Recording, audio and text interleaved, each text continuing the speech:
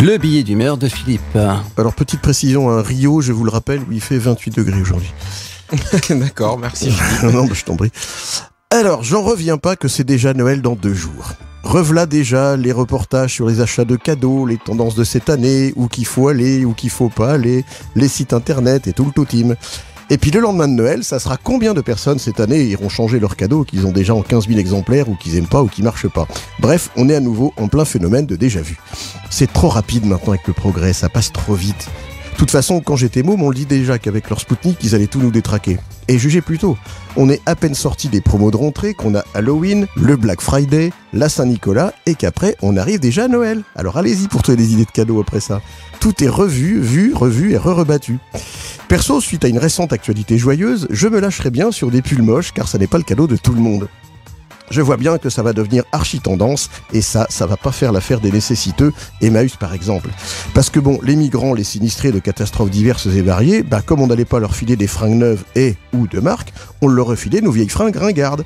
Mais là, maintenant que ça devient kitscho tendance, on va pas leur donner à ces gens qui n'y connaissent rien à la mode occidentale des vêtements appris à devenir des collecteurs.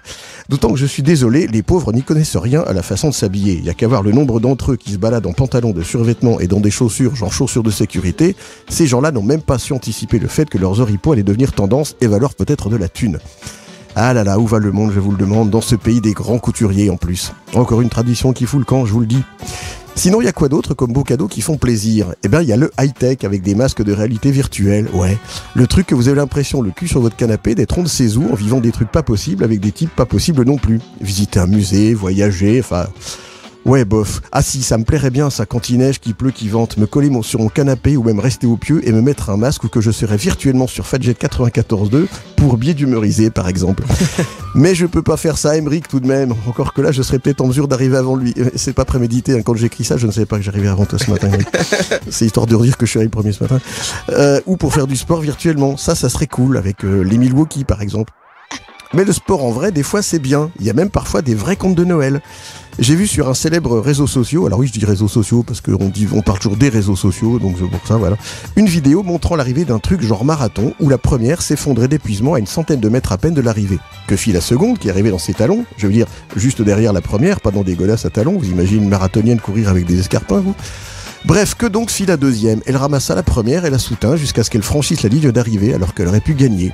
C'est pas beau à voir, ça arrive juste avant Noël, un acte généreux et désintéressé. Et en parlant d'actes généreux et désintéressés, n'oubliez pas que ce Noël encore, des tas de gens vont passer la nuit dehors, seuls, sans huîtres, ni dinde, ni bûche. Alors s'il vous plaît, dites-vous que les modes passent si vite, dites-vous que les pulls que vous trouvez moches sont vite has-been et que tant qu'à vous en débarrasser, donnez-les sans hésiter pour que les migrants, les pauvres, les SDF et j'en passe puissent au moins avoir chaud. Allez, je vous souhaite à tous un très généreux Noël et à l'année prochaine.